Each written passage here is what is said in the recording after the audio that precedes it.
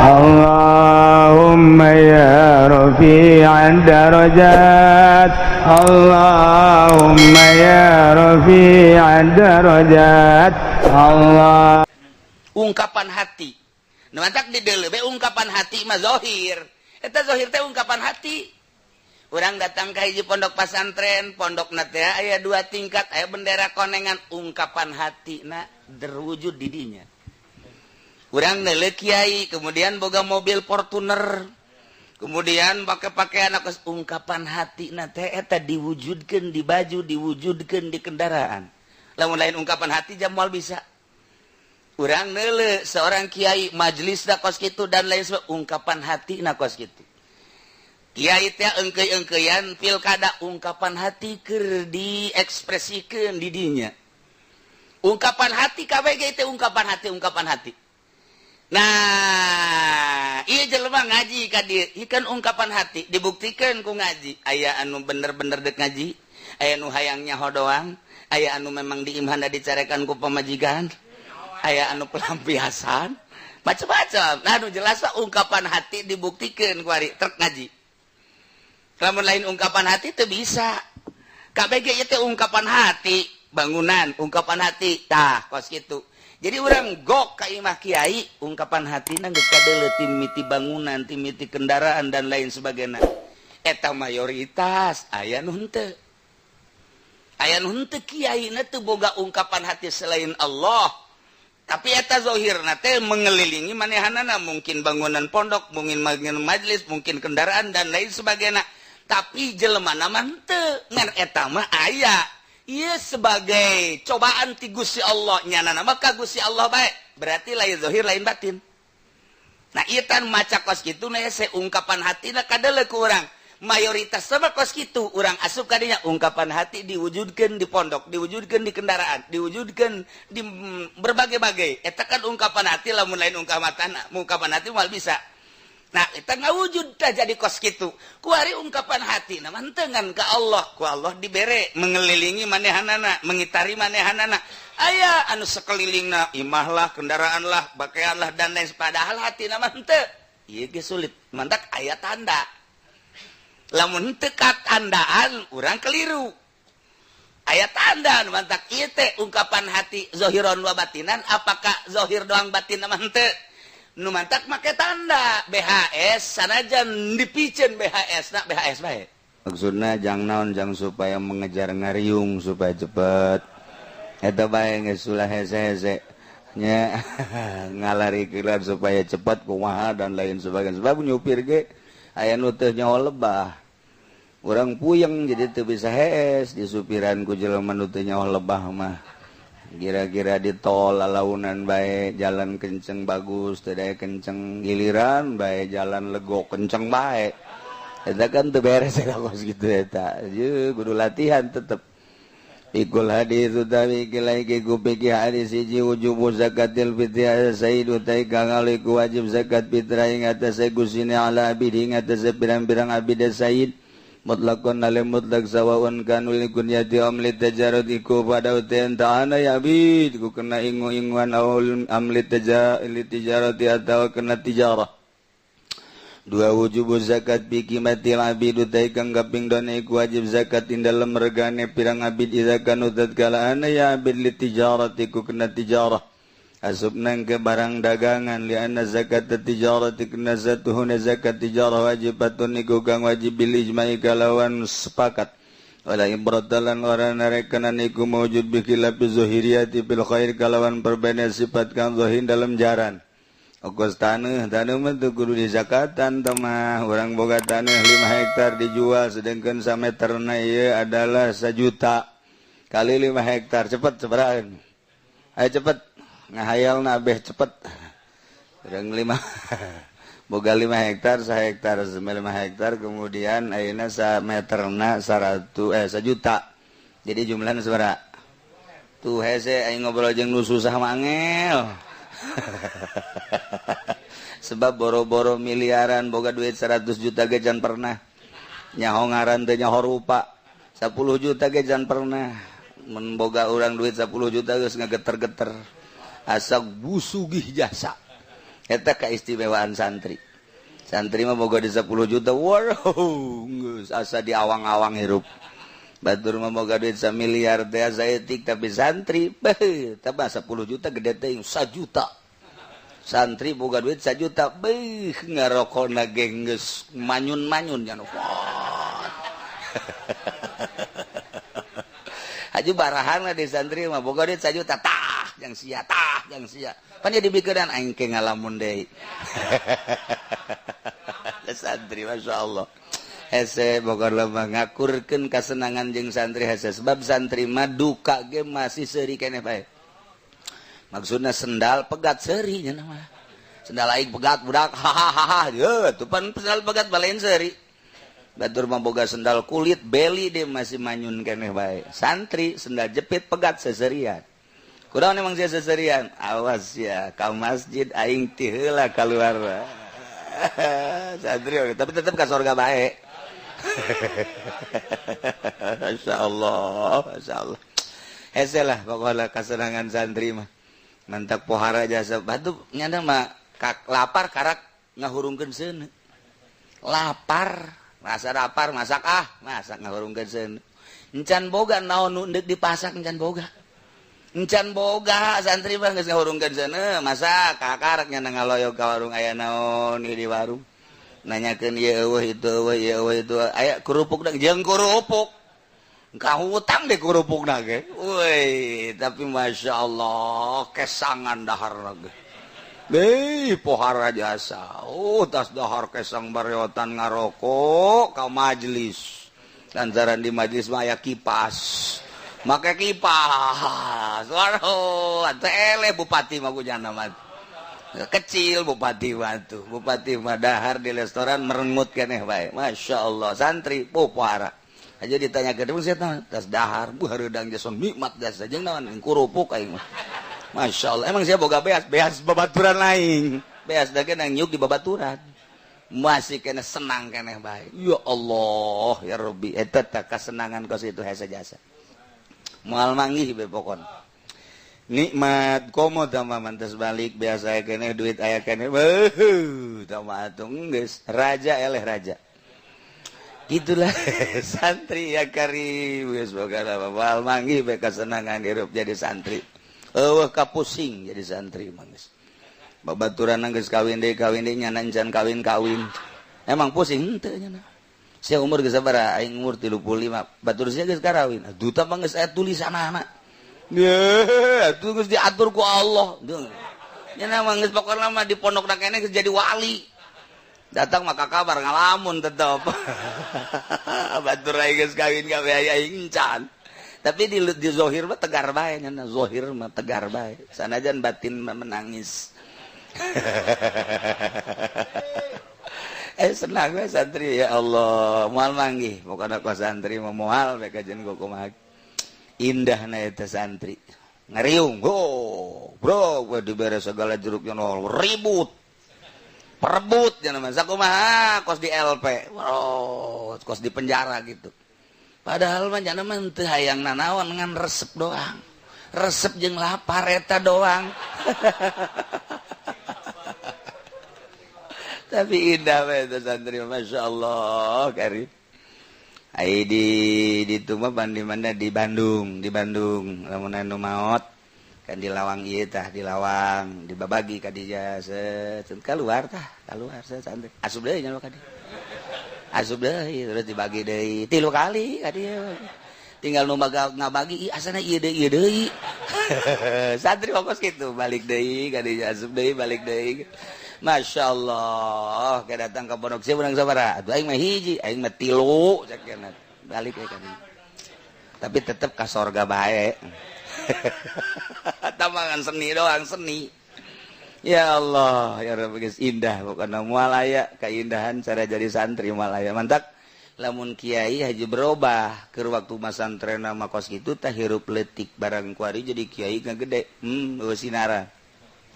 Wasir kudu ulah robah deuleu ge kiai-kiai anu laluhur kabeh ge teu robah nyantri terus bae nyantri eta nu haju robah tah eta dicabut keberkahanan ku Gusti Allah ulah robah baheula nyana beuki jengkol istiqomahkeun jengkol.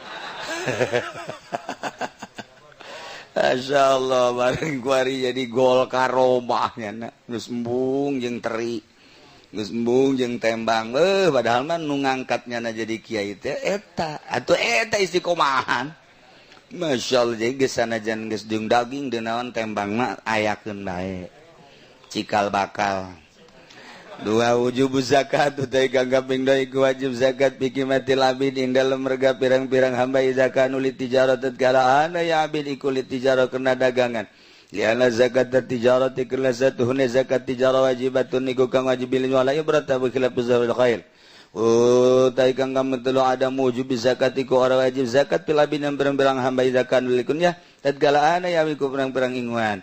Mereka obatna ada wujub zakat bil khair mutlaqan tekang pemate ko ora wajib zakat dan zakat in dalam jaran mutlaqan mutaqabi dan kalawan kaul ada wujub zakat galal jumhur ngucap sapa jumhur wa fasala Abu Hanifah ta'ala nafsil merinci sapa Imam Abu Hanifah baqala maka ngucap Abu Hanifah ing labat wajib zakat bil khair wajib apa zakat in dalam jaran zakat tatkala ana ya khair zukuran iku pirang lanang wa inasan saimatan lan pirang wadon kang saima wali sahibi al khair wali sahibi al khair lan ikut tetep kade kang andana khair utawi milih-milih insya lamun kersa ya sahib atau kang ngawekeun ya sahib an kulli parasin saking saban-saban jaran dinar ing sadinar wa insyaallah lamun kersa ya sahib qawam hangarga maka ngarga-rega ya sahib ha ing khair atau lan ngawekeun ya sahib rubal usi ing 1/4 walan yusabab lan yusabiku maujud biha ing dalam khair wa madzukurana pente pirang-pirang jaran kang lanang al khulus pirang-pirang kang murni pala zakata maka zakat iku wajib bidzalika maka zukurul khulus wa tajibulan wajib zakat bil inasin dalam pirang wadon al khalisati saking mulus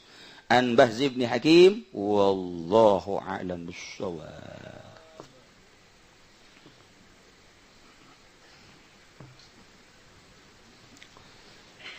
Bismillahirrahmanirrahim.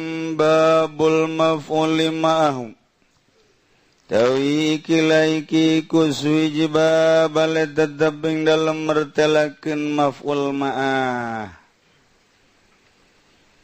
wa utawi maf'ul ma'ah al ismul mansubu iku isim kang den nasabaken alladzi yuzkaru kang den tutur ya ladzi libayani man fa'ala ma'ahul fa'alu karna mertelakeun wong kang den pigawe minhu saking manna papagawean an fa'ila ma'ahul fa'alu nahu qaulika yaiku saumpamane ucapan siraja al amiru wal jaisha tegasa paraja serta bala tentarane wastawal ma'u wal khashabata lan wis papak apa banyu serta kayune kos kitu mah tau pagawean budak nu kakarak asup ka pondok jang maca ulah salah besi dibaca ja'al amiru wal jaisi besi ja'al amiru wal jaisu besi wastawal ma'u wal khashabatu nah eta dipagahan ku Imam Son Haji ulah salah maca jadilah jurumiyah TK atau makos kitu mah. Nah, ieu lain isyarah al-maf'ulu ma'ahu huwa alladzi tuf'alul asya'u kulluha. Ta'i maf'ul ma'ahu aya maf'ul ma'iku kang den pigawe apa pirang-pirang perkara kulluha sakabehe asya' ma'ahu sumertane lazi. Wa bihudurihi lan kalawan hadire lazi. Wa huwa Allah lan utaya lazi ku Allah. Al-ghaimu ala kulli nafsin bima kasabat kang jumeneng ing atase saban-saban awak-awakan kalawan barang kang usaha ya kullu nafsi. Ar-raqibu kang nginyen makul li syai'in sumertane saban-saban perkara. Wal hadiru makul li syai'in lan kang hadir sumertane saban-saban perkara. Wa huwa ma'akum aina ma kuntum. Lan utawi aladi ikut tetap sumertane sira kabeh ing dalam panggonan tinemu sira kabeh. Wa qala sallallahu alaihi wasallam lan ngadawuh Kangjeng Nabi sallallahu alaihi wasallam ing lampad anta sahibu fis safari wal khalifatu fil ahli wal mali wal waladi. Tawi tuan iku kang ambarengi ing dalem lalancongan lan khalifah ing dalam ahli lan harta lan anak. Fal ma'iyatu inda ahli al-farqi al-ilmu wal ihatatu maka utawi sifat ma'iyah sifat bareng dalam mungguh ahli farqi iku al-ilmu ilmu wal ihatatu lan ngawengku lan ngamat wa inda ahli al-jam'i az-zatu was sifatu lan ing dalam mungguh ahli jam'i ku zat lan sakeh sifat. Lianna sifata la tufariqul mausufa karena satuhuna sifat iku orana misah papisah ya sifat ing mausupe. Fal ilmu la yufariqul alim maka uti ilmu iku orana pisah ya alim ing ya ilmu al alima ing alim. Qala Allah ta'ala ma yakunu min najwa thalatha illa huwa rabi'uhum. Isyarah maf'ul ma'ah kieu al maf'ulu ma'ahu huwal ladzi tuf'alul asya kulluha ma'ah. Maf'ul ma'ah teh zat Allah nu dipigawe seluruh perkara kulluha besi pajar aya anu kaliwat disumulkeun ku taukid ihatoh suak kabeh perkara ma'ahu babarengan jeung Gusti Allah wa bihudurihi jeung kalawan hadirna Gusti Allah atuh Gusti Allah teh allazi teh Allahu Gusti Allah al-qaimu ala kulli nafsin bima kasabat anu ngurus karena sok kabeh awak-awakan terhadap usahana. Ar-raqibu ma'a kulli syai' anu nginyen-nginyen ngintip serta setiap perkara. Wal hadiru ma'a kulli syai'in jeung nu hadir serta tiap perkara. Atu Allah te wa huwa ma'akum aina ma kuntum. Bareng jeung anjeun di mana bae anjeun aya.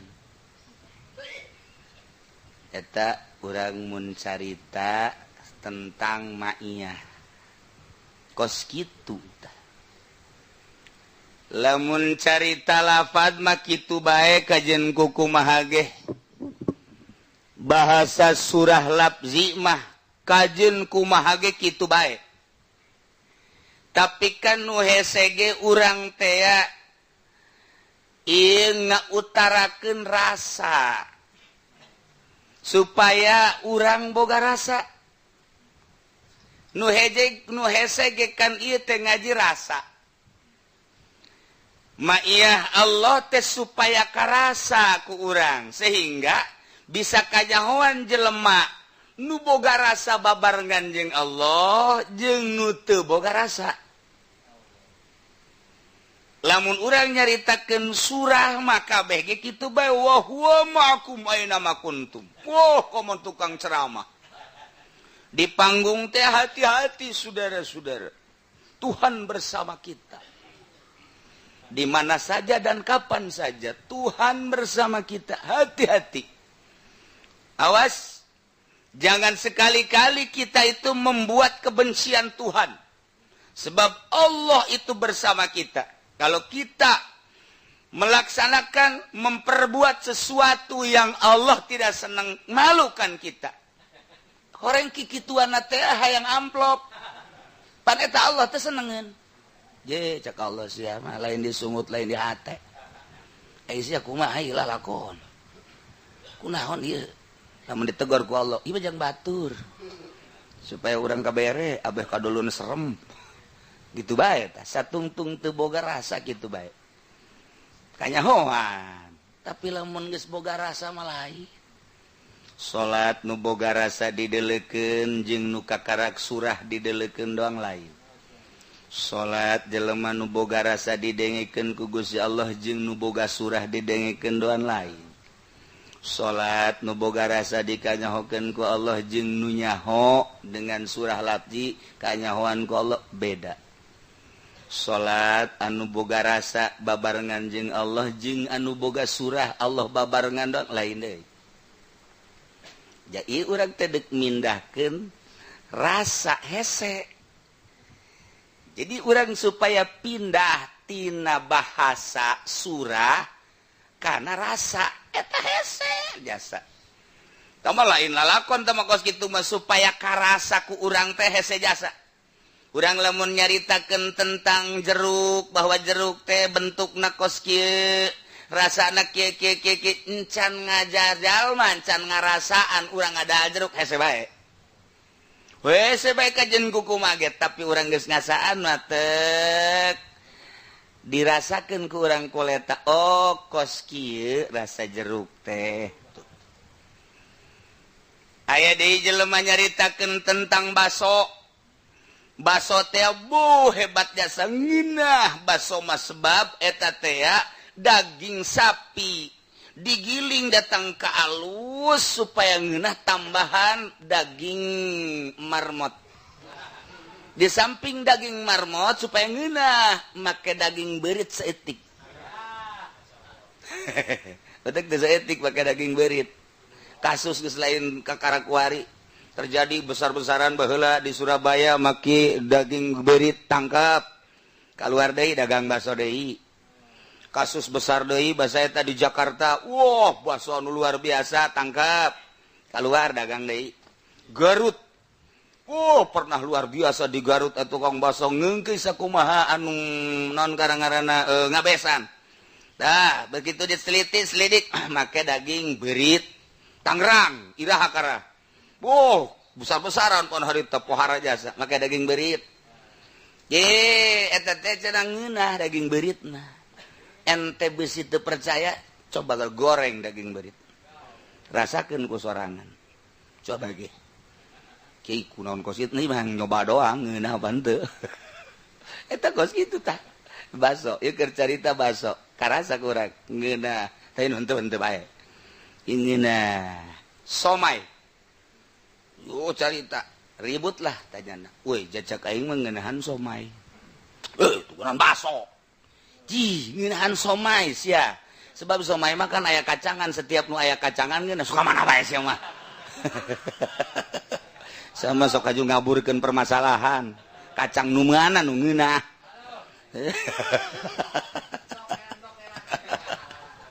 So, cek lagi ngeunahan somai, ngeunahan baso cek aing mah. Kajian kuku mah ge komo lamun geus eta baso, aduh, dagingna geus seungit teh baso.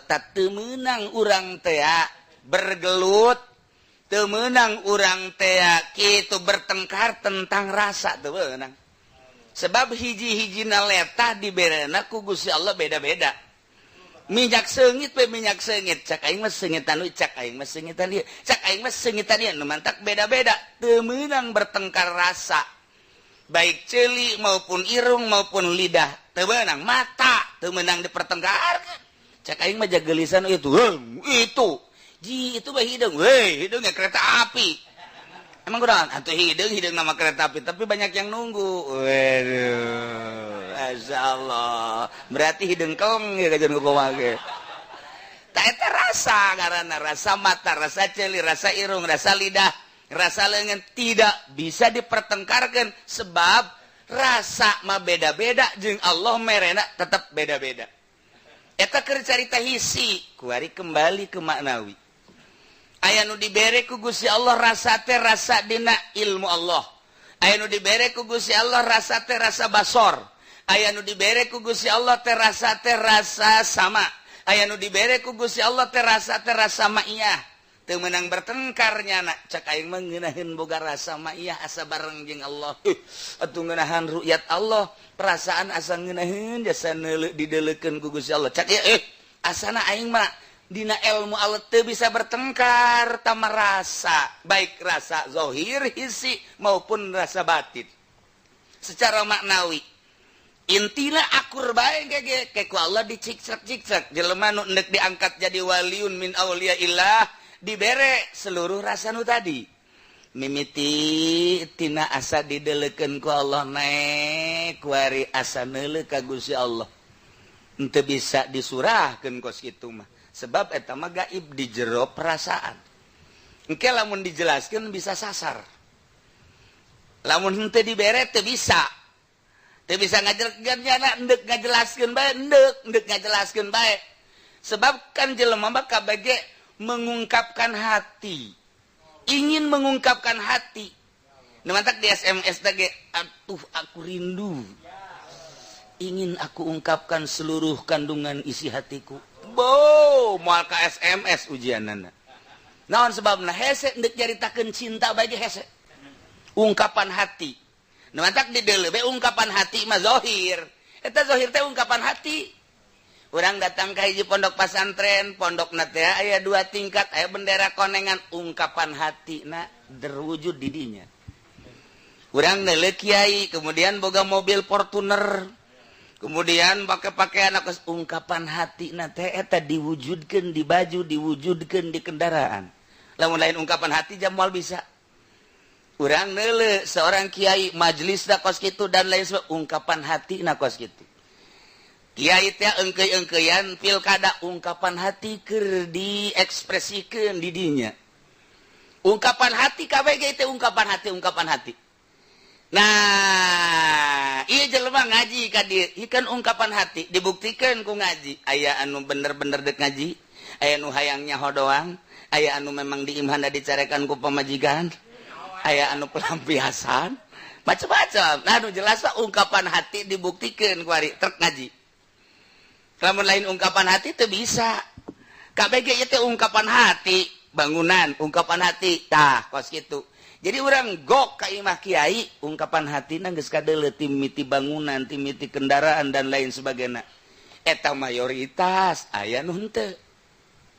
Aya nu henteu kiaina teu boga ungkapan hati selain Allah. Tapi eta zahirna teh mengelilingi manehanana, mungkin bangunan pondok, mungkin majelis, mungkin kendaraan dan lain sebagainya. Tapi jelemana mah henteu, ngan eta mah aya. Ieu sebagai cobaan ti Gusti Allah, nyanana mah ka Gusti Allah bae. Berarti lain zahir lain batin. Nah, ieu tan maca kos kitu na hese ungkapan hatina kadeuleu ku urang.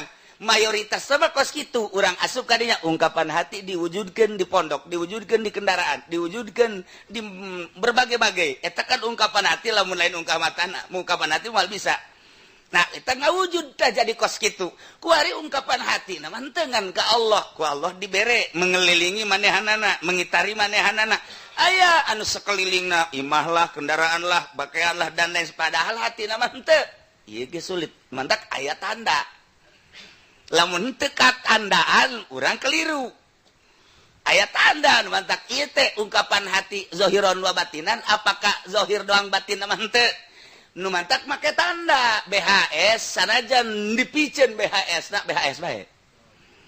Kuari atlas, ganti ku urang atlas, tempelkeun BHS ka dinya, urang keliru.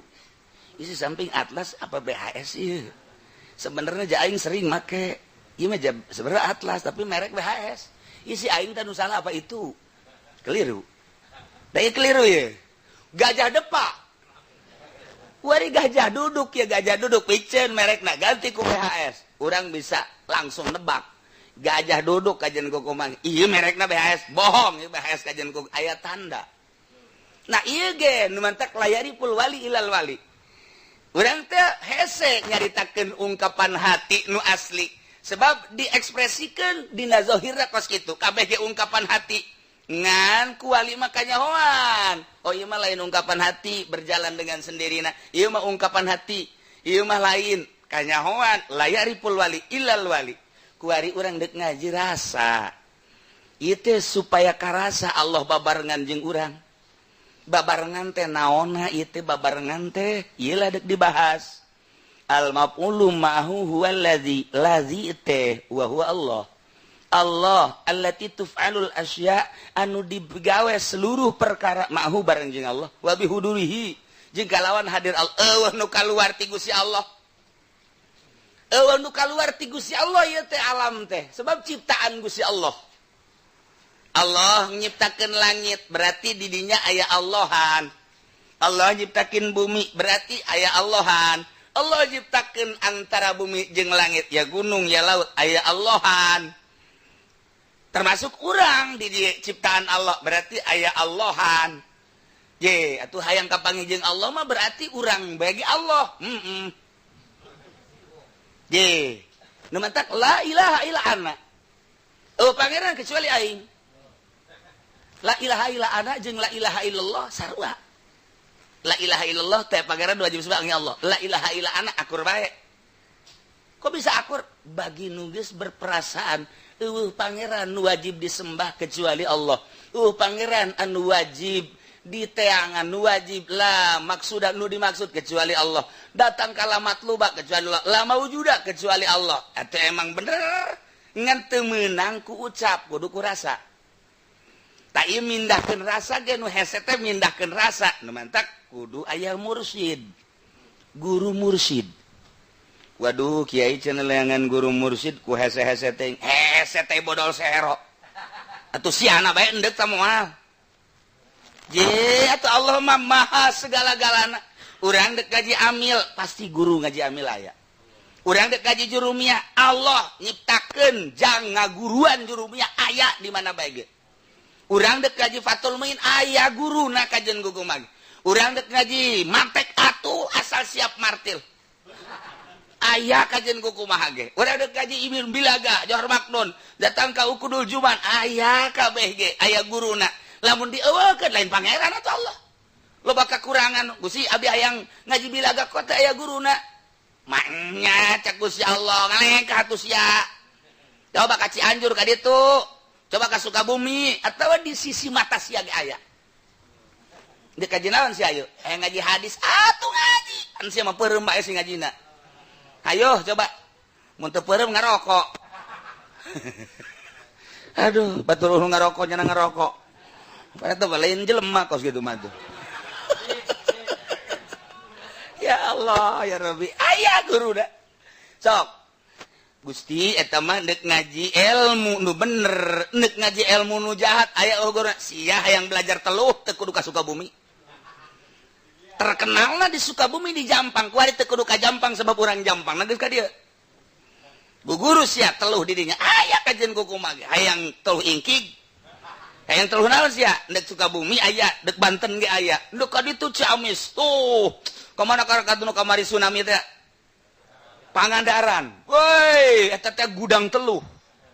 Lamun di Sukabumi pabrik teluh, di itu gudang teluh. Emang kumaha gitu pinggir laut mah, pameungpeuk raja teluh. Mantap cek wali, Maulana Hasanuddin nyarita hayang ulah kena teluh, minum coba ge. Hiji laut kidul, kadua laut kulon, kaler. Inum, mantap ka pameungpeuk, nginum urang, lek dia ke Banten nginum lek geus moal kena teluh salila nun lu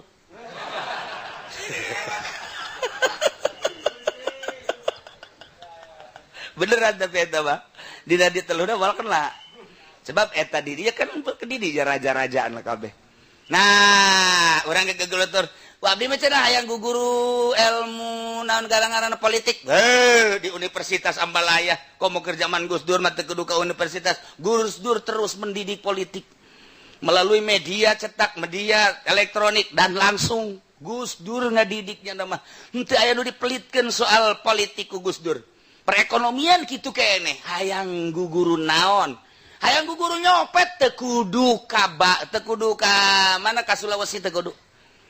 Guru nyopet teh orang Bugis jarago jasa nyopet Bugis mah kaya sikeun angka asupkeun ka cai set lamun encan bisa di kitu encan bisa ku lagi baheula teu tamat eta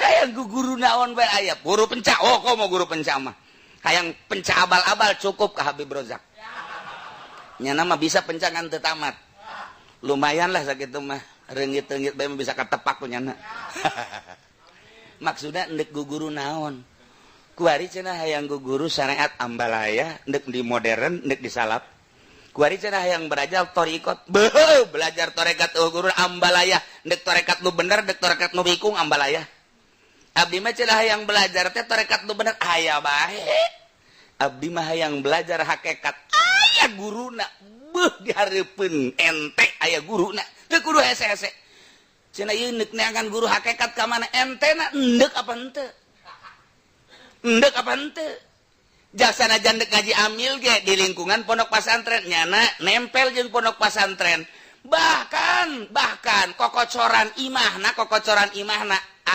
sakokocoran jeung pesantren teu maksud ngaji amil mah teu nyahoeun di dinya guru amil emang kumaha gitu hayang ngaji gitu non karena jurumiah nyana teu maksud padahal didinya ambalayah guru itu maksud teu nyahoeun sugan teh mah guru jurumiah tapi lamun maksudnya nanya mana guru jurumiah tah barang nyaho ambalayah tuh ambalayah tiba lagi gitu keleh guru torikoh urangna endek apa henteu lamun endek ambalayah begitu urang asup jahoreng loba horenganan guru torikoh teh ambalayah nu di Golkar nu di PDI ambal ieu torikoh naon ieu urang guru hakikat atuh aya cak Kangjeng Nabi lau annal mu'mina ala kullati jabalin laqayyadallahu lahu aliman yu'allimu andai kata seorang mukmin lau annal mu'mina ala kullati jabalin di puncak gunung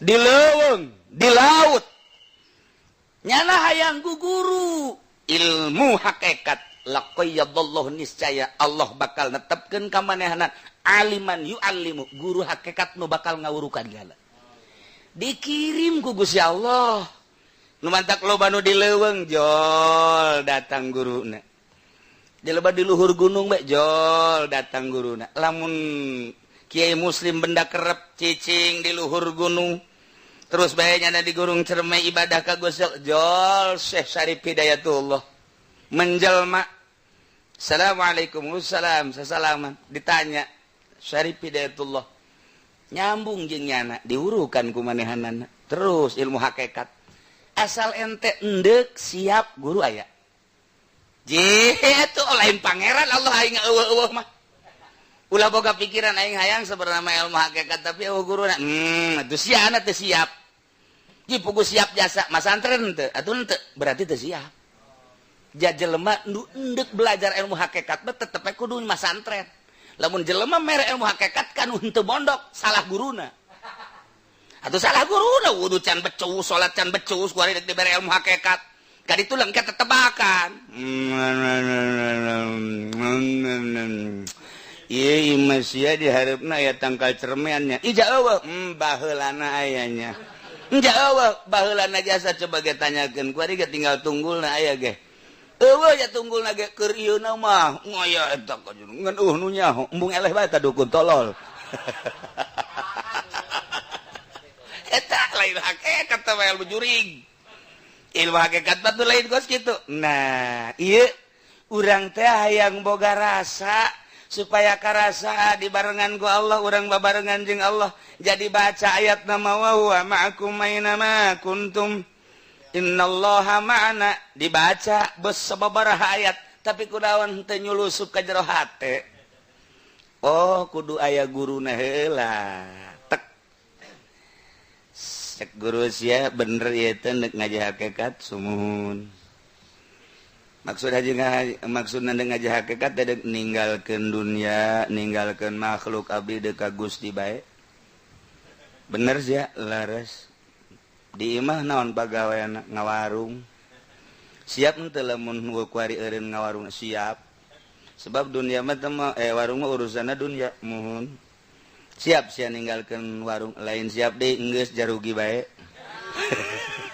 oh atuh geus kitu bener salian ti eta naon urusan sia dunia abdi bisnis kumaha mun eureun bisnisna siap salian ti eta sia naon abdi osok ceramah nyeramahan nyeramahan batur ai jadi sorangan osok dicaramahan kilok ai sia ku bolon teuing ai batur dicaangan ai sia kabeulem eta lah abdi hayang guru hakikat eureun caramahna mangga sia di imah naon pagawean boga santrina yayasan modern apa salap modern bisa teu eureun dina pasantren salap bikeun ka batur tiasa sia naon ieu pagawean abdi mah magahan ngaji salapi apa yayasan salapi santri aya sabaraha aya 300 mah sia deuk ka Allah apa deuk ka santri deuk ka Allah sanggup teu eta ninggalkeun santri sanggup abdi bener berarti deuk ka Allahna berarti bener deuk ka Allahna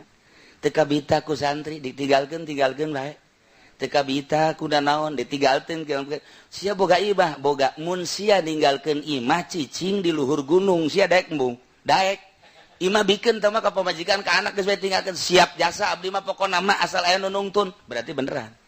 Imam Ghazali buktina pamajikan anak ditinggalkeun 13 tahun nya ngalalana ka Aqsa ka Yordan terus ka Mesir balik deui terus ka Tusi ieu Imam Ghazali.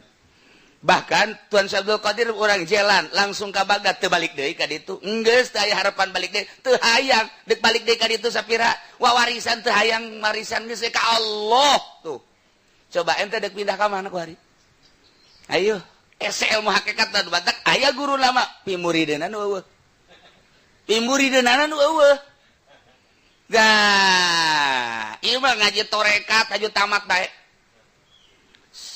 Dek nadi gede abdi hayang norekat. Oh norekat, ayo sila. Beat, awas sih adanya.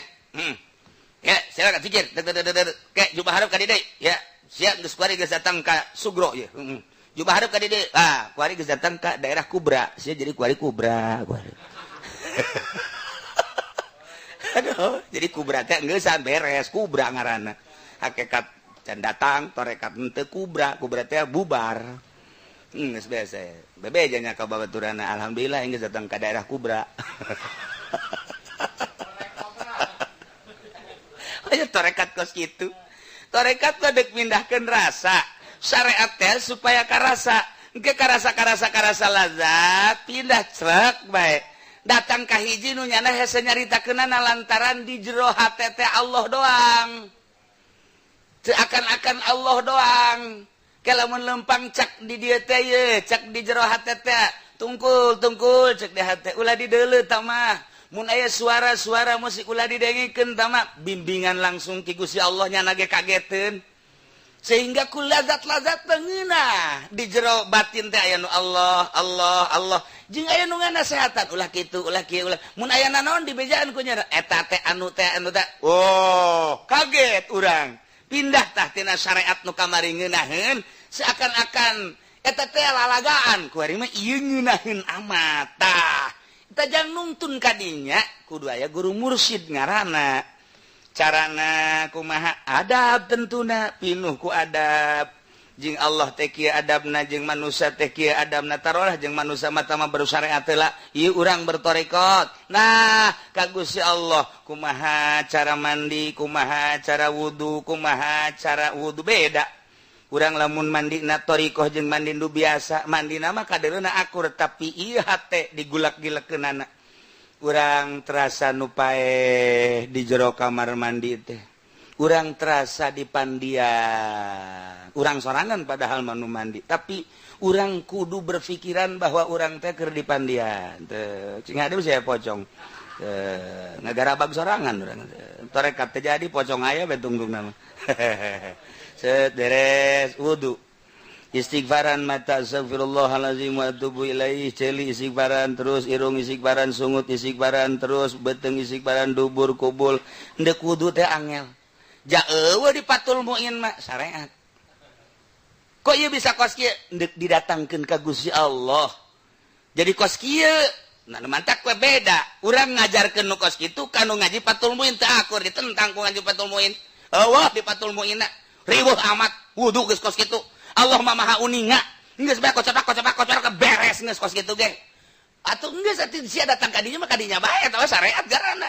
pake ku sia patul muin geus ieu mah keur perjalanan deuk di ka Allah keun melalui thariqah tama melalui syariat ku ari mah melalui thariqah teh ditu naon ieu kurang nu deuk diinget mulai Allah teh maha uninga urang dihareupeun naon karangaran cai teh kos kitu tas mandi lila pandina syariat teu meunang lila tapi kan ieu deuk didatangkeun ka Allah deuk datangkeun rasa cak Allah aing nyaho nu kadeuleu ku sia ku aing kanyahoan nu kadenge ku sia ku aing kanyahoan nu kaambeu ku sia ku aing kanyahoan nu karasa ku bibir sia ku aing kanyahoan nu aya di beuteung sia ku aing kanyahoan dubur sia kulbul sia ku aing kanyahoan suku sia ku aing kanyahoan leungeun sia golbu sia sok ngomong ya mugol libal qulub dah ku aing kanyahoan lelembutan sia latifatul qalbi latifatul lapat sirap tu khotib tu akbali aing nyaho eta teh ciptaan aing deuk ka malumpat sia kanyahoan ku aing kabeh mulai rasa ner-neran urang ieu teh ngadatangkeun ma'iyah iya heueuh nya aya geus mulai ner lempang ka mana we aya Allah mah di mana kanyahoan ku Allah kakarak ilmuna doang ieu ai di mana be geus bae sia salat di kamar nyembah ka aing nyaho sia salat di masjid nyembahna ka aing nyaho sia salat di majlis nyembahna ka aing nyaho sia salat di nu rame nyembahna ka aing nyaho sia salat di leuweung nyembahna ka aing nyaho sia salat di luhur gunung nyembahna ka aing atuh aing nyaho deuk di mana sia aing nyaho bae mulai urang rada ner sieun ka Allah istirahat urang tas ngalawudu teh geus beres bae diuk bae ngarokok norekat sih ngarokok bari nyekel remote TV teh disetel aya naon ieu penting di TV teh tungtung nama Allah deui bae wih adegan hot masyaallah aduh ya norekat si kos kitu ka TV mantap piceun kos kitu mah ngajauhkeun rasa geus tah urang tuh wari salat make sesengitan heula ke ka awak-awak ka dieu bila perlu aya buhuran dina syariat beulah kos itu teh tapi ikan dek babarengan jeung ahli Allah saha malaikat terus minyak sengitan kurang pan aya ge nu paeh jadi banyak sengitan mah urang teh terasa paeh ka hulu-hulu ka sirah-sirah minyak sengitan mulai jadi mah neuk dibungkus kos ieu mah ge di minyak sengitan ge aing paeh tah moal ieu doh kan mulai make bajuna nu putih terus sampingna nu putih jadi atuh mah paeh mah teu kudu dibungkus deui geus putih-putih mah tinggal ngubur bae boga urang rasa mulai langsung urang nangtung istighfar deui mata istighfaran ceuli istighfaran irung istighfar angel 2 rakaat nyana jeung 1000 rakaat jibatur nu bersyariat mun ditimbang hebatan 2 rakaatnya tuh rakaatani 2 rakaat ti ahli ma'rifat jeung 1000 rakaat ahli ibadah beda ahli ibadah ahli syariat basi beratan kena 2 rakaat tadi la ilaha illallah ahli ma'rifat hiji timbang jeung 1000 la ilaha illallah ahli la ilaha illallah anu dina syariat jauh beratan kena la ilaha illallah ahli ma'rifat dan sebab rasa tah badak deuk salat inget mata dideleukeun awas aing nyaho kadeuleu mata sia sebab mata sia teh nu aing awas aing nyaho kana denge ceuli sia teh nu aing awas aing nyaho kana ambe irung sia teh nu aing geus kabeh atuh nu abdi weleng fana ngaranna tah mulai rasa di dinya nah ieu teh didatangkeun rasa kudu aya guru lantaran naon nu ngahalanganana dunya nu ngahalanganana makhluk nu ngahalanganana nafsu nu ngahalanganana setan mun teu guru lu duduhkeun moal datang mata guruna mana aya entena endek henteu endek cenah tapi bari ngawarung moal bisa endek bari boga ruko moal bisa endek cenah ieu teh bari jualan mobil showroom komo endek tapi endek nyandung heula itu jauh atuh tambah kos itu mah ieu mah endek dingeunahkeun hate ka Allah atuh sia kunaon mikiran ngangeunahkeun hulu handap ya itu jauh melung di mana-mana. Ulah diurusan heula eta mah. Ieu bae heura urusan ieu luhur. Aduh babagi bae teh cenah bisa babagi. Tuh kan. Kita eta guruna. Cenah Kangjeng Nabi nyandung ulah nyaritakeun Kangjeng Nabi sia deuk diurus henteu tah henteu ditampiling saku aing. Sia masuk ka Kangjeng Nabi si ajungan nasehatan guru goblok. Tah ieu hese. Bertentangan jeung syarat okosna nu mantak ulah waka jadi penceramah ulah waka jadi kiai lamun encan boga rasa sebab naon engkena disalahgunakeun ka dituna tapi lamun geus boga rasa babarengan jeung pamarentah babarengan jeung bupati nyana datang neuk ngasehatan lain deuk hayang untina pan aing urang mah datang ka bupati teh susuganan ieu nu bahaya ge susugananana haha ieu deuk mindahkeun rasa kudu boga guru mantap alladzi tuf'alul asya nu dipigawe perkara seluruhna ma'hu babarengan jeung Allah wa bihudurihi saya wa huwa Allahu al-qaim wallahu a'lam bissawab. A'udzu billahi minasy syaithanir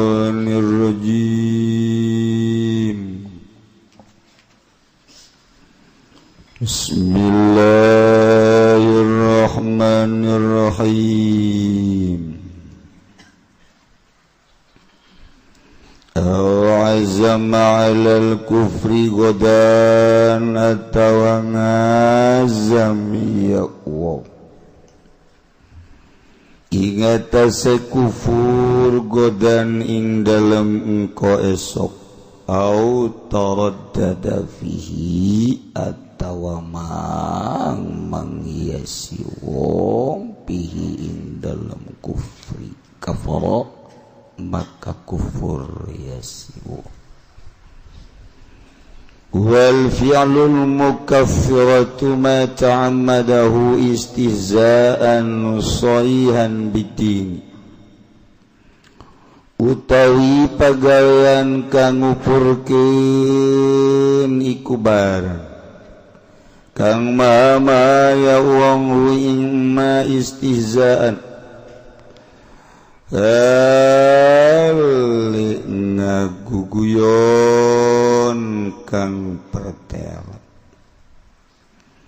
bidini kalawan agama au juhudan atawa leangas lahu kadue din ka ilqa'i mushafi kaya nibaakeun mushaf biqulwatin kalawan kang kotor wa sujudin li sanamin lan sujud kadue berhala aw syamsin atawa syaragini aw syamsi atawa syaragini. Alhamdulillah kadeulina jamaah laleulus berarti tanda bahwanya kuleuleus teh teu boga duit lain puasa nu jelas alhamdulillah katingalina arwasa sebab dibejaan tanda puasana tukang wudu jam 8 kana geus beak berarti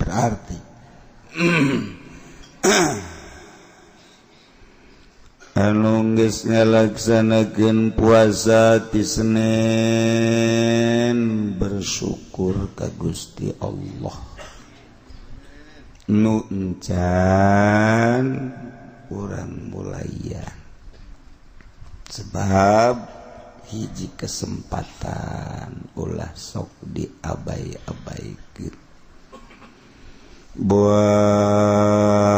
datang buah moal ka bulan haji tahun hari nu ngora mah rada boga pikiran datang teh rada tapi lamun geus kolot nyaki ih bae nyapu yang bae dedeuleun ka jelema aya 5 bayang nah ieu mah geus asana boro-boro ka haji hareup asana ka minggu hareup ge wallahu a'lam nu mentak mumpung dibere umur ku Gusti Allah sebagai modal jangan berbakti ka Gusti Allah ulah disia-siakeun geus kolot masa datangna bae niat bae cenah datang ka zuhur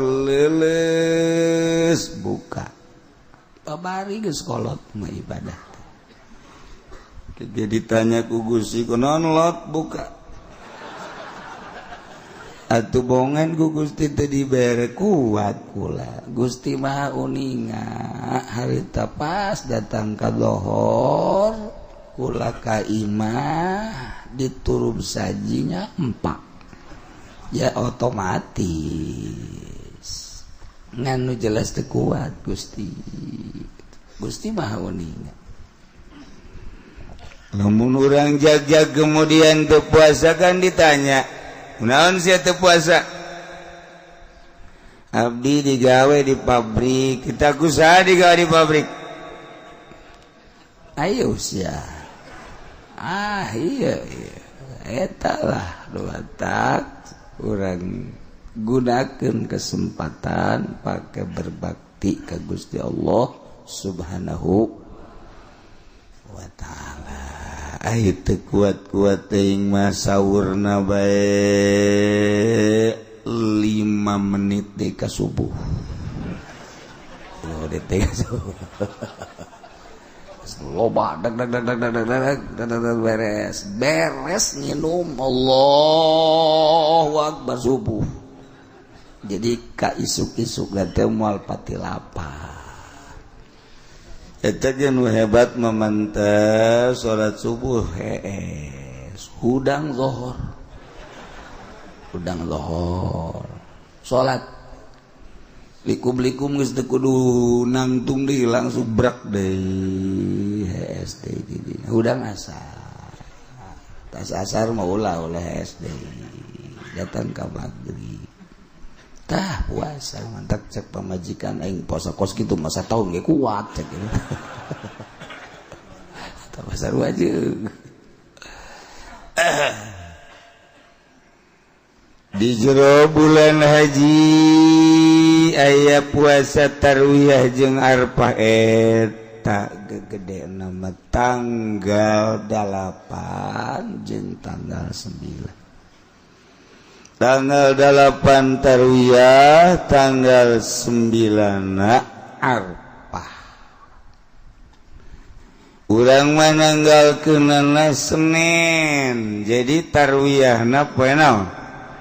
Senin, arfahna Salasa. Depag pemerintah NU nya nama nanggalkeunna Salasa. Nu salah kabeh. Baik dek nu mana ge ja aya dalilna kula make sulamun nairen jadi blak-blakan make ulama bae moal make Amerika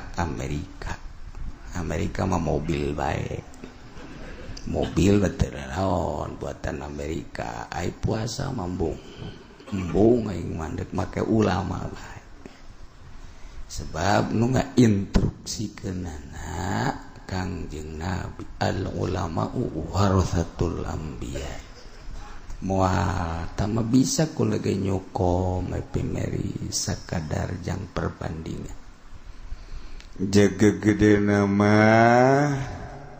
nu nyekelan ru'yat teh lain ru'yat hisab ke ja buktina nyana make perhitungan lah geus ulah panjang-panjang bae beda kitab antara kiai jeung para mereka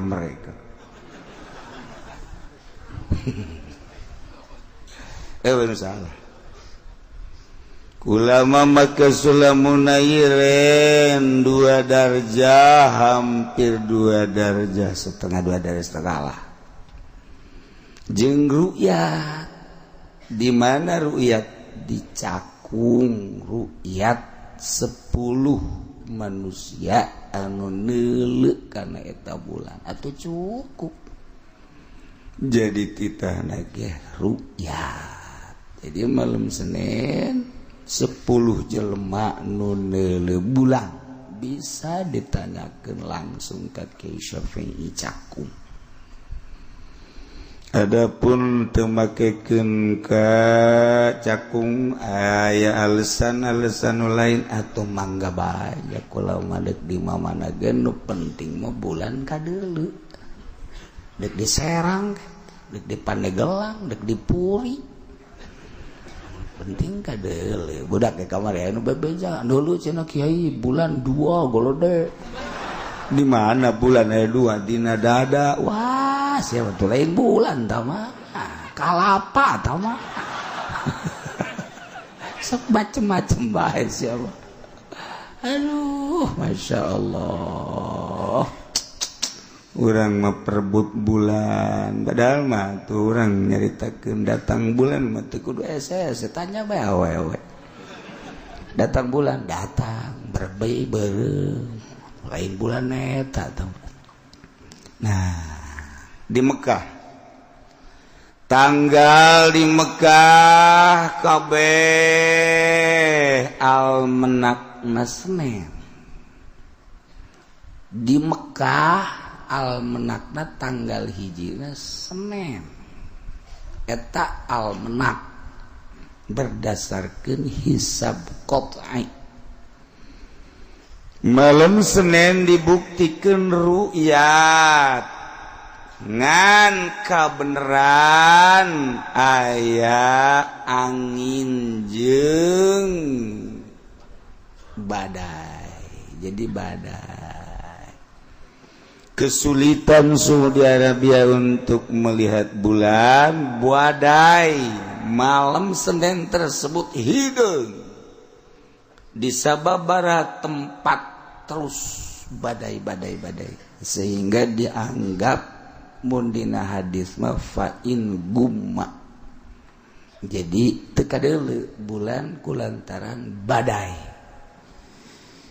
nya rapat malam Senin tersebut di kerajaan para ulama akhirna nangtukeun tanggal hijina Salasa lantaran bulan teu kadeuleu ku badai. Kitulah kula langsung nanyakeun ka orang-orang nu bisa dipercaya mukimin nu aya di Mekah anu deket jeung orang-orang kerajaan. Rencana awal Senin tanggal hiji berarti lebaranana Rabu ngan dibuktikeunana malam Senin badai. Itulah keayaanan kula di dieu langsung mantau ru'yat ternyata kadeuleu bulan nu neuleuna 10 jelema cukup jang ibadah ka Gusti Allah kemudian anu puasa tanggal hijina Salasa berdasarkan teu kadeuleu bulan atuh geus eueuh masalah nu endek lebaran poe Rebo atuh mangga kula mangajak dengan ngabejaan diri kula sebab osok aya nu nanya sangkilang nanya ge teu nuturkeun eueuh masalah kula mah nanya mah nanya bae jangan nuturkeun teu masalah tuh nanya-nanya cakeun aing atuh ulah teuing ka guru aing.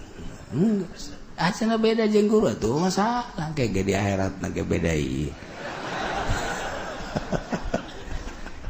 Heuh masalah. Acana ada kemis bae mangga asal ulah ku hawa nafsu. Ibadah teh megatkeun hawa nafsu. Ulah ku hawa nafsu ler bos ya lantaran je pan urang mah boga yayasan engke sia engke moal disumbang tah nafsu ngaran ulah poe Rebo mah teh mah hisab teu kadeuleu bulan padahal kula geus ngajelaskeun kadeuleu bulan tanyakeun ka cakung kualitas ngaji urang kuadari itu bobehan kagetin di Jakarta ada apa ini nah gula jadi blak-blakan gula mah blak-blakan kan orang lamun teu blak-blakan teu geunah buka blak kadeuleu ka sia mah kitu bae sih ya jelas acara endek bae warga teu kaje jadi kos kitu kaayaana aya kene di samping eta ge hitungan rumus-rumus tertentu numun kukula dibejakeun moal barisa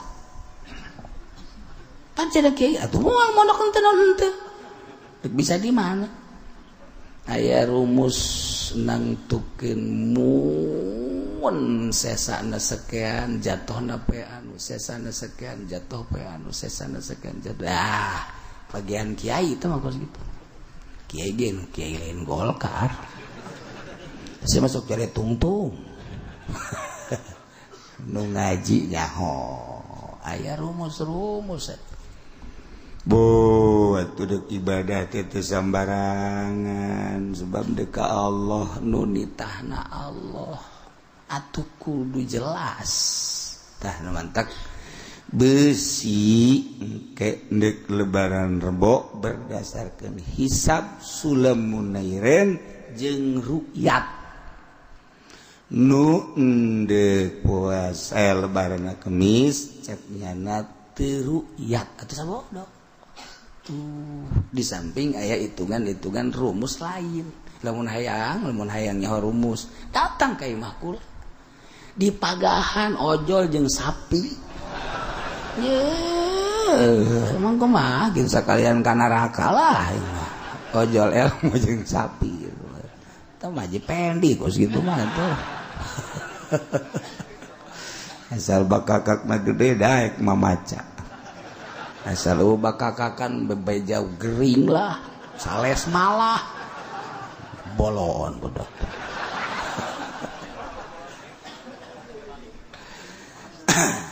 di besi tuh nyatanya tak seperti gitu jadi kan jelas cenah endek yakin be nuturkeun ke mangga moal cenah babi tuh mangga bae masalah yes kula mah teu pernah ngamasalahkeun kos kitu sebab muatan ngan sakadar deuk ibadah ka Allah aya parentah ti Allah aya petunjuk ti Allah atuh geus adapun batur teu percayaeun ka ilmu-ilmu tadi atuh sabodo parang saana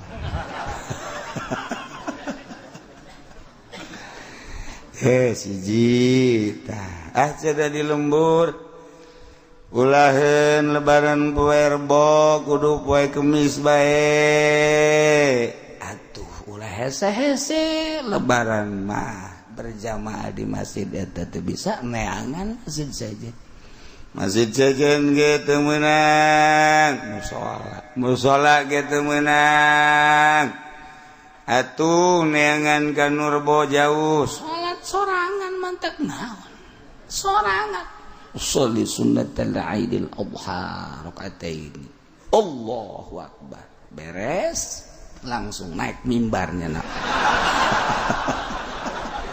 ngakutbahan saha blon ulah salat sorangan ulah baca khutbah sakitu doang kumaha cenah mun duaan masalah duaan mah orang yang memajikan urang cicing sih jamaah tak orang hebat tak praktek sholat jeung pamajikan guys aing khutbah kuarinya geus teu kudu maka ditaek-taekeun segala idal imam ilal mimbar malam mimbar teu kudu duaan jeung pamajikan cicing aing khutbahnya alhamdulillah sholatu wassalamu ala rasulillah di jero bulan haji ieu aya kasunahan kurban nu paling hebat ngorbankeun diri awewe nitah nyandung ka salaki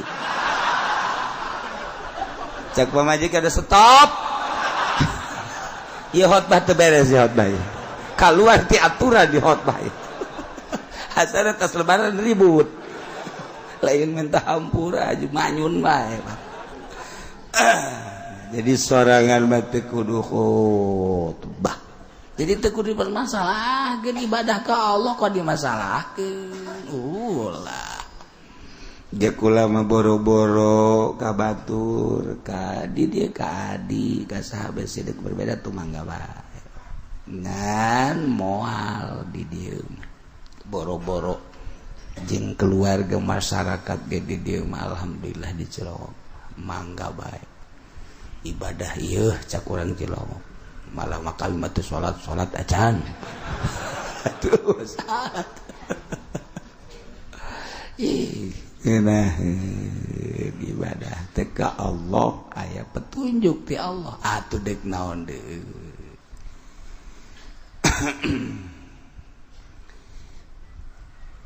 lamun kitu bulan haji mah mimiti takbirna poe arfah subuh bada salat sing ada ye tengetkeun ye lamun lebaran rebo berarti salasa subuh geus takbir ta salat subuh Allahu akbar Allahu akbar Allahu akbar La ilaha illallah Allahu akbar Allahu akbar walillahil hamd 3 kali tah eta nu sabaraha kali bae nu penting bada salat subuh geus ulah takbir deui ka takbir deui ba'da zuhur takbir deui bada asar takbir deui bada maghrib terus sapenting datang ka imam naik tambah salila tasyrif unggal ba'da salat sunnah takbir tengetkeun tah datang ka tasyrif ba'da salat doang ba'da salat takbir ajeuna aya salat mayit takbir dina tasrek aya nu maot nah beres sholli ala hadhil janazah Allahu akbar beres takbir Allahu akbar takbir mantes salat janazah ge takbir jika ada tertengetkeun tah nya ulah sieun-sieun babacaan nu paling hebat samemeh lebaran samemeh arfah macana la ilaha illallah wahdahu la syarikalah lahul mulku wa lahul hamdu wa yumitu wa huwa ala kulli syai'in qadir barisa tama kabeh eta tah ti mimiti tanggal 1 datang ka poe arfah eta terus datang ka lebaran babacaanna nu paling hebat kan babacaan ge aya ketentuan urang lebaran Allahu akbar takbir urang di kitu namanya di Mekah umroh atau haji labbaik Allahumma labbaik la syarika dan selanjutnya ye urang di bulan haji macana eta tah la ilaha illallah wahdahu la syarikalah lahul mulku wa lahul hamdu wa yumitu wa huwa ala kulli syai'in sabaraha kieu macana ulah loba-loba 100.000 tuh siapa diberi 100.000 walu hayang sabaraha tuh takol habak 100.000 lamun ti ayeuna ye Minggu Senin Salasa jadi 3 poe tah eta 100.000 bagi 3 poe berarti sampai sabaraha? Berapa? 35.000 lah. 35.000 lah. 35.000 jalan 2 tasbihna urang.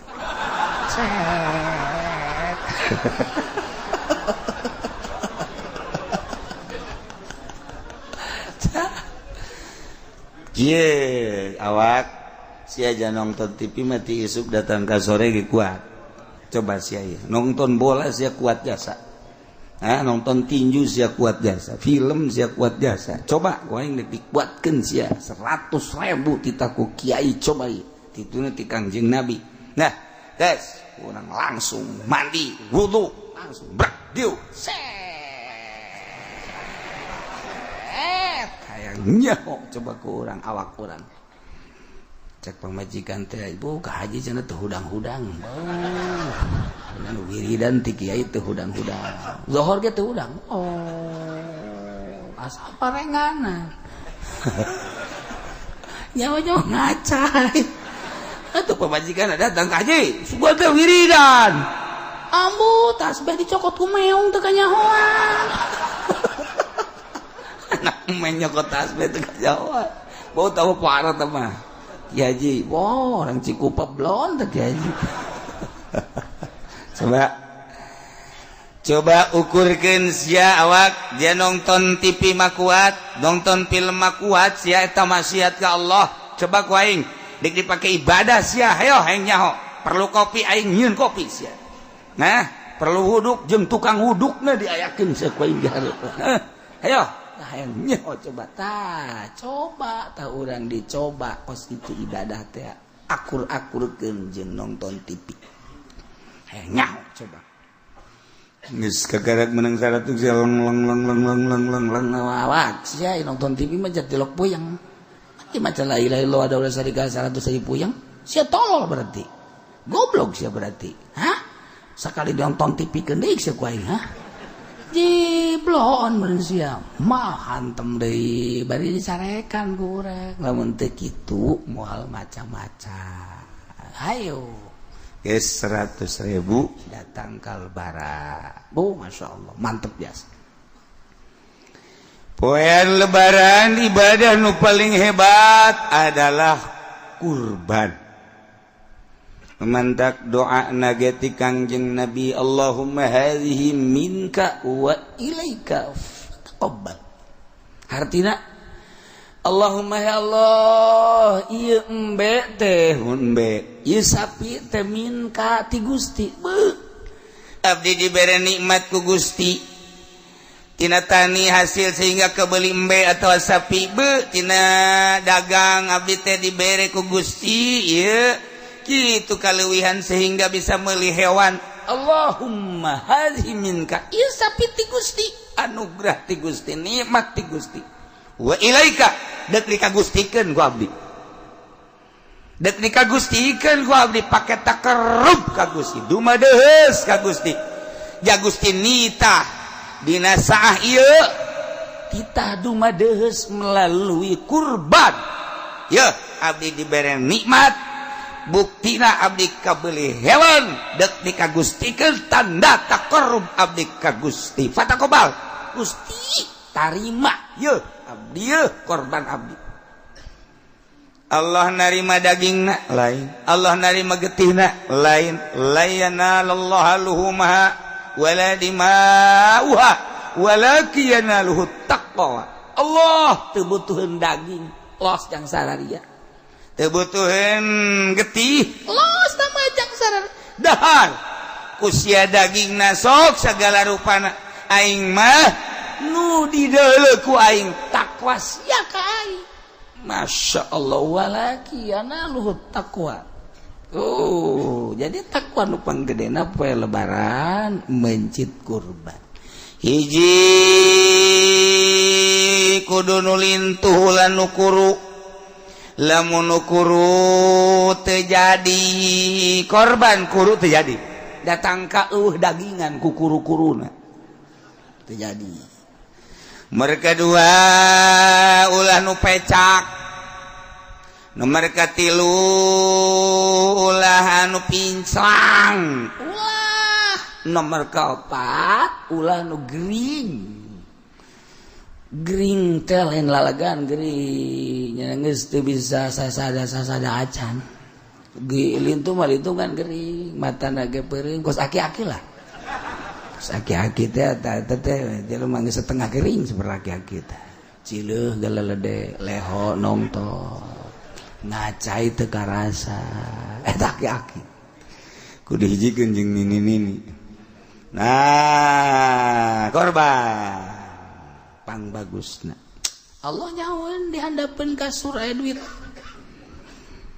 Allah nyahoeun di lamari aya duit Allah nyahoeun simpenan duit urang kemudian orang tengah laksanakan ya cak Allah ku aing sia dibere sakitu ge nikmat kok ku sia teu dipake teu digunakeun takarrub ka aing pake mencet hewan awas ya ku aing tanina awas ya ku berit sia cek orang Jawa berit awas ya dibere berit ku aing sia atawa dagang dagang sia ku aing moal dimajukeun cak Allah ayo sia coba tanda bersyukur korban ayalah pertanyaan ye Pak Kiai, saya sudah beli hewan kurban, lalu anak murid saya juga mengkurbankan saya. Dengan begitu apa yang sebaiknya harus saya lakukan? Iya, tuh nggak usah bingung-bingung. Orang udah beli kendaraan, dibeliin lagi ya pakai. Masalah ngan, ai di korbanan ku murid mah kudu bebeja muridna.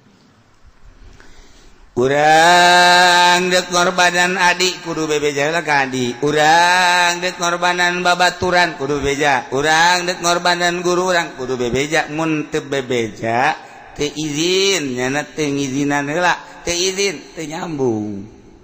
Kecuali ngorbanan anak, sebab anak mah wajib dinapakahan ku bapak, atawa ngorbanan bapak sebab bapak ge wajib dinapakahan ku anak. Nah, ngorbanan anak, ngorbanan bapak geus maot eta mah jadi bae. Hirup keneh ge jadi bae. Ngan lamun ngorbanan salieun ti eta kudu minta izin heula. Babaturan orang geus maot, korbanan ku urang teu jadi. Teu nyambung.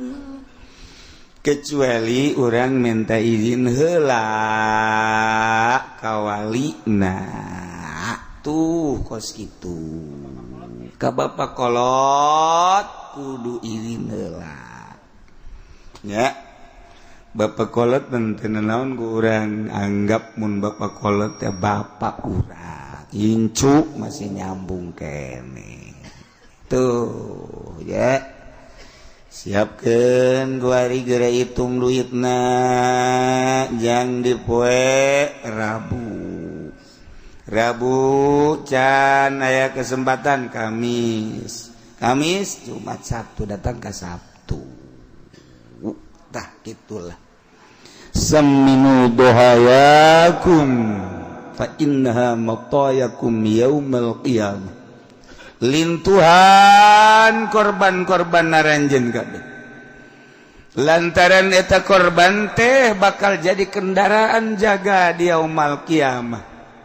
Urang ngabayangkeun ayeuna breng nu naik motor, breng nu naik mobil Avanza, nu naik Kijang, nu naik Fortuner, nu naik Lexus baby ben jeung sajabana kabita jasa nu teu boga kendaraan tinggal nyangeuy bae. Nah, engke ge urang di akhirat dipapagkeun urang ku korban urang. Masya Allah. Lamun urang korban unggal tahun terus bae korban dek naik nu mana ge dipersilakeun. Kalau bajasa tah mah bajasa teh ieu urang itu nu urang itu nu urang. Batur menta paji atuh menta bae hiji man tidak ada dong. Ini mah urusannya waktu di dunia. Aya nu menta teu bisa kajen ku kumaha ge. Aya nu saurang awewe geulis paji ikut ayo sini. Aduh, mantep biasa. Lu gua cari-cari dari tadi. Sini duduk lu, sini depan nih sama gua nih. Ya Allah, amanya di akhirat kos kitu henteu teh mah. Alagaan. Saya masih pajar bener bae aing. Eta korban. Ya, Masya Allah karim. Ulah datang ke urang hajung ke di akhirat kadung kecuali teu boga. Duh Kiai, kabita amat korban kula pun boga mah. Bogana naon sia? Bogana naon? Hayu coba jejer bogana duitnya 50.000 kotok. Ali kotok. Geus set niat korban. Allahumma hadhihi minka wa ilaika fataqabbal. Kotak. Aduh, cedak Kiai kotok teh kabeuli. Endog. Kulup.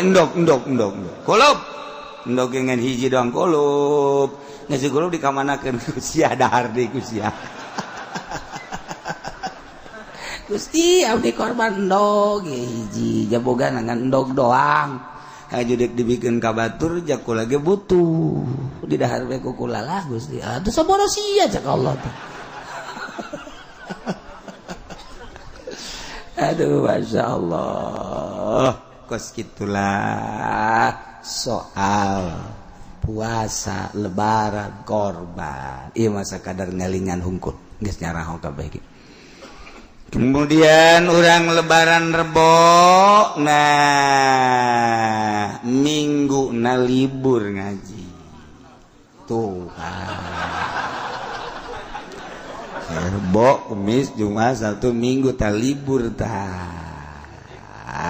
libur ngaji. Jadi saminggu eta libur. Lamun nu lebaran Kamis mah Kamis, Jumat, Sabtu, Minggu. Tasrek kene. Malam Rebo besi teu ka mana-mana. Nah ieu di dieu haul ibunda tercinta. Minggu na libur, malam Rabu na haul ibu. Saminggu ti lebaran. Senin Selasa Rebo, Kamis, Jumat, Sabtu, Minggu, Senin, Selasa, Rebo. Jadi malam 17, 18. Nah iyalah informasi sekali deui. Jadi minggu hareup urang libur patali ngagungkeun kana bulan haji. Urang besi aya nu korban teh jatah sae kene urang lamun lebaran Kamis mah Jumat, Sabtu, Minggu. Lamun lebaran Rebo, Kamis, Jumat, Sabtu, Minggu. Nah eta geus kaluar ngan urang ngahargaan kanu lebaran Kamis, Jumat, Sabtu, Minggu tasrek. Besinyana jamaah-jamaah di lembur masing-masing mencitna poean katilu misalna nek libur geus linggu eta libur malam Rabuna ieu haul ibu nu teu boga pagawean teu sibuk urang babarengan tahlil haul ibunda. Oh azama alal kufri godan atawa ngazam si jelema kana kufur isukan misalna lah isukan aing mah dek asup Kristen bae ku ari keneh naudzubillah min atawa nalekeun kana hiji perkara. Aing mah lamun bebene aing datang poe isukan ka dieu aing deuk asup Kristen kuari keneh asup Kristen geus kafir teh masyaallah ya loba nu nalek-nalekeun kitu tah di dieu aya budak harita nalekkeun lantaran susah bae cek ngeuneuh lamun aing susah bae paeh pemajikanana bikamna teh paeh aju nyana ngomong lamun aing kawin deui aju susah bae aing geus asup Islam tapi lamun aing kawin deui kemudian sugih aing mah moal ku Allah dibere kawin deui aju sugih dasar teu boga hidayah teu dibere hidayah ku Allah tetep we budak gua. Nih mah lamun aing kawin deui geus aing malah pokona mah dek asup Kristen atau budak kafir harita keleh teu kudu isuk-isuk deui teu kudu kawin-kawin deui harita keleh langsung kufur kudu maca 2 kalimat syahadat siga dek ngazam kufur kuari jelas ngazam kufur isukan ngazam ieu ngazam beda jeung niat ngazam ngazam sejak kupur isukan atuh geus kuari keneh kupur ngazam kupur bulan hareup kuari keneh geus kufur sing ade atarodada fihi atawa nyana aya dina kamangmangan tina kupurna tetep dibalikeun dina Islamna geus sarua bae ari aing sih Islam aing nu sabenerna mah ieu Islam aing ngerti tu Islam apa kufur antara Islam jeung kufur atawa nyana mangmang dina kakufuranna kufur sing ade ya uzam azam mentak Kangjeng Nabi mere konsep ka urang supaya stabil jaddidu imanakum bila ilaha illallah perbaharui iman kumaca la ilaha illallah 3 kali dah salat talqin zikir tarik napas la ilaha illallah ilaha illallah ilaha illallah beres tuh terus acara dek dilobakeun mah enggak bae ayo sadaekna urang ngan ka ditu nu biasa bae la ilaha illallah la ilaha illallah la ilaha illallah wal pilul mukaffiratu ku ari pagawean anu ngufurkeun ku pagawean eta teh jadi kufur macam madahu suatu pagawean lunga haja-haja nyana istihzaan sorihan istihza ngaheureuy ngahina-hina ngageuh-geuh kana agama jelema boga pagawean ngaheureuy agama jelema boga pagawean ngaleceh-lecehkeun agama jelema boga pagawean ngahinakeun agama eta pagawean ngalecehkeun agama ngaheureukeun agama kufur teh Masya Allah sing ada agama urang ulah sok dileceh-lecehkeun atawa juhudan lahu juhudan teh angas teu percaya ka agama Islam atuh sarua di antara contohna kail qaim musafin bi qaduratin ngalungkeun Quran ka tempat anu kotor boga pagawean ngalungkeun Quran ka kocomberan Quran dialungkeun ka kocomberan ieu pagawean anu ngupurkeun kudu baca 2 kalimat syahadat cing hade Quran mah kudu dimomoy dimulya-mulya ku urang ulah dihina-hina ulah Quran mah tah urang malangkeun Quran termasuk bismillahirrahmanirrahim mantap lamun urang nyeun surat undang kula geus sababaraha kali ulah sok di bismillahan ulah surat undang teh ulah lamun endek terjemahanna be dengan nama Allah yang Maha Pengasih lagi Maha Penyayang. Oh masalah tama lain Quran tama bahasa urang. Tapi bismillahirrahmanirrahim make Arab bismillahirrahmanirrahim sepira surat undang. Geus bae dengan nama Allah yang Maha Pengasih lagi Maha Penyayang. Atawa bismillahna ditulis make bahasa urang. Bismillahirrahmanirrahim make bahasa Latin lain Arab. Lain Quran sebab Quran mah inna anzalnahu Qur'anan Arabiyya. Ketika ditulis lain make bahasa Arab lain Quran. Ya Quran mah bahasa Arab.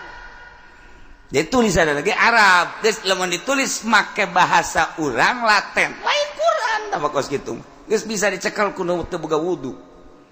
Ditulis Quran make bahasa Latin, tulisan Latin lain Quran. Sanajan aya nu ngaikhtilafkeun tetep Quran mu'tamadna tetep lain. Ya. Jadi Quran teh sing hade ulah sok dibalangkeun. Ayat ke bismillah ke komo sa Quran mah mun urang malangkeun Al-Qur'anul Karim ka kocomberan ka tempat-tempat anu kotor nu dianggap hina kafir urang. Na'udzubillah min kecuali lain istihza. Lain istihza, lain ngaheureukeun, lain ngahinakeun, lain. Contoh, urang keur nyekelan Quran, kemudian aya kafir. Lamun urang nyekelan Quran, Quran dicekelan bae ieu bisa direbut ku kafir. Sedangkeun Quran mah teu meunang kan direbut ku kafir. Quran mah kan teu meunang dibikeun ka kafir untuk menyelamatkan Al-Qur'an. Eueuh deui kecuali balangkeun ku urang ka kocomberan, dibalangkeun ku urang ka kitu nu kotor. ieu mah nyalametkeun daripada ku kafir, lain istihza teu jadi kufur tah kos kitu mah. Oh, masya Allah, mantap jelas. Sujudin linsanamin, sujud ka berhala ya kafir. Aya patung di dinya dijieun tina batu bacan. Hejo batu bacan. Kemari memahal ku geus murah di batu bacan. Ciu juku nyana datang brak we sujud. Eta ge sarua. Jelas sujud ka makhluk, sujud ka batu, sujud ka kayu, sujud ke berhala, atau otomatis kufur.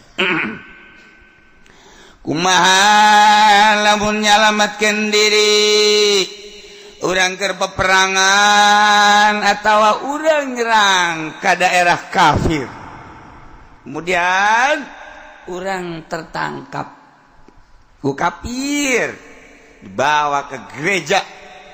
Di jero hati mah tetep la ilaha illallah di jero hati. Ya, tugas cek Amerika harus sujud kepada berhala. Kalau tidak sujud tembak mati. Untuk menyelamatkan diri, ieu mah lantaran dipaksa, lain hayang sorangan. Dipaksa ieu mah nyalamatkeun diri brek milu sujud. Milu sujud jeung batur padahal di jero hatana mah la ilaha illallah, la ilaha illallah, la ilaha illallah, la ilaha illallah teh pangeran wajib semangat Allah. Eta mah sujud zahir mah teu masalah tah kos kitu mah. Teu masalah. Jadi sujud ka patung teh nyalametkeun diri. Kos kamari waktu urang haul aya Syekh Abdul Aziz di Amerika nyana cerita saking banyaknya orang Amerika yang masuk Islam, maka jadi pusat perhatian untuk menyelamatkan lantaran diparanggilan ku negara tetap pakai salib. Ketika keluar salib dipakai, jadi pakai salib. Padahal di jero nama la ilaha illallah. Salib teh jang sakadar menyelamatkan diri. Ribuan orang Amerika nu marake salib zahirna hungkul lantaran eta mah kapan Darul Haram. Negara kafir meles-meles. Nah ieu nyalametkeun diri. Ketika saliban dipanggil, dipersulit. Tina ngaran bae ngaran. Lamun berbau Islam di Amerika dipersulit. Ngaran urang ke Amerika, turun di bandara Amerika. Nah, ngaranna dideuleng ke di ditu teh barang dideuleng ngaranna ieu ngaranna Abdul Hamid. Wow, angel diproses. Mukmin, soleh, angel. Baba mun bangsa kos kitu ngaranna Yohanes. Cepat teman. Masuk. Joni masuk. Joni gara-gara cepet teman Joni ge. Nah, bangsa ngaran nu lain Islam cepet. Asal ngaran Islam diproses lila. Kuari teh kos itu. Lain lila sajam 2 jam bisa sapoe. Anta kulah hari teh betah ge. Waduh, di Amerika eta kos kitu tah. Prosesna kebal. Geus embung deui aing ka ditu lah. Emang gerah ka ditu encan. Cenah. Tuh ya.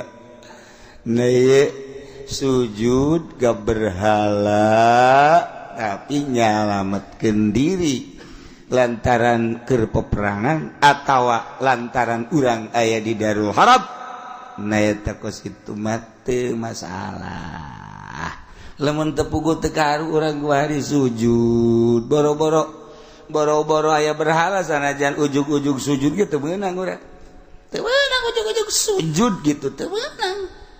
Mantak-mantak salat ulah sok aju sujud bae tah cenah sujud syukur. Aya aturanna sujud syukur ge boga nikmat naon teu hayoh bae. Teu bagus teh. bagi jelema-jelema nu teu bisa bersyukur geus teu kudu make sujud-sujud sok aya jelema keur diuk-diuk datang brak pas sujud sujud batu menang pakai lalagaan aya ge di jero salat kedua sujud tilawat tilu sujud syukur salian teh eta mah ulah aya sujud-sujudan sakilang di jero masjid datang brak pas sujud ulah motifna naon tuh ja ulah sok ilueuneun teu bagus ilueuneun aduh masyaallah karim nya ulah sok ilueuneun sebab ilueuneun mah kena teu beres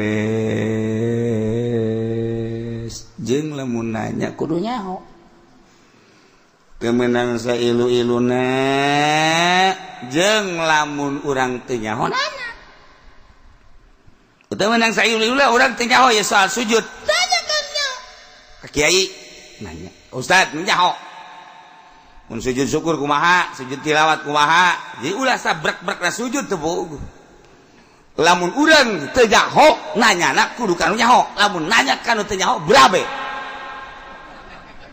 nanya kanu teu nyaho maka urang Arab balanja ka toko Cina beres balanja cak Cina teh kamsia hayya gitu kan itu tenang we urang Arab kalem bae nya teh terus naik beca nya mikiran we teh urang Arab teh pan di Indonesia aya kamsia cakna biasanya kan terima kasih jangan nyawa terima kasih mah syukran atau terima kasih ya kamsia nanya nya ka tukang beca bang tadi saya belanja di situ di toko terus ada apa tuan orang Arab itu habis belanja kata dia kamsia apa itu artinya kamsia itu jelek iya balik lagi sono ke tukang beca balik lagi sono ke toko putarkan deui ku tukang beca kok sini lu kok mana istri kamu enci kamu sini anak kamu engkong kamu sini ada apa tuan sini lu sini sinya mana engkongnya mana anak dan cucu semua dibariskan bunyana dibarikan singko, sinci, bapak kolotna, bapakna, anak incu. Ada apa ini kata singko? Lu macem-macem sama gua, cek orang Arab. Lu kok, inci, bapak lu, engkong lu, anak lu, dan cucu kamu semuanya kamsia. Pandai belon eta coba ayo. Cak singko, nanaonan eta. Gara-gara lu aja kan teu nyaho. Geus naik beca deh gua udah puas cek ngana teh. Aduh, cek teh mah kamsiah naon meureun. Atuh tinggal singko we nyengir we. Masyaallah, cek singko cuma segitu doang cek jana teh. Cuma ngatain kamsiah doang. Tuh. Geus datang maka ditu ka imahna, nanya kanu bener. Sini. Gua habis marah tadi sama ke singko. Emang kenapa? Kamsiah apa sih? Kamsiah mah terima kasih. Hah? Apa? Terima kasih. Jelek kali. Terima kasih. Budak tukang beca tuh. Goblok. Ya, atau terima kasih mah bener. Atau gua udah kamsiahin semua. Eta gara-gara nanya kadu teu nyaho blon. Hendak nanya kadu nyaho. Tuh, tungtung nama di kamsiahan we. Cek urang Arab teh aing moal balanja jadi kadinya isin aing. Lu kok enci engkong semua dia anak cucu semuanya kamsia puas dah lu orang kan terima kasih kamsia supaya singko teu marah eta gara-gara nanya ke tukang beca tuh tukang beca nyaho naon nya namanya balak genep ya tukang beca mah ulah sok pake tatanya tukang beca tuh menang tuh menang nya nama main gapleh we tukang beca mah eta bloon tukang beca eta Masya Allah asyamsin atawa sujudna ka panon poe Shinto Jepang nyana batu menang aya nu herang-herang aya sinar-sinar dianggap di mana aya sinar disitulah ada Tuhan Jepang mah situ Shinto mah matahari itulah Tuhan bulan itulah Tuhan no herang-herang banyak lamari herang ini Tuhan sepatu tadi udah jore disemir jadi heran, ini Tuhan, tolol orang Jepang. Pipi awewe heran, ini Tuhan. Jepang. Nailah sujud ka berhala, sujud ka makhluk, sujud ka jelema, sujud ka kayu, sujud ka berbagai-bagai, termasuk sujud ka panon poe, kufur. Na'udzubillah min dzalik. Wala tasihu wallahu a'lam.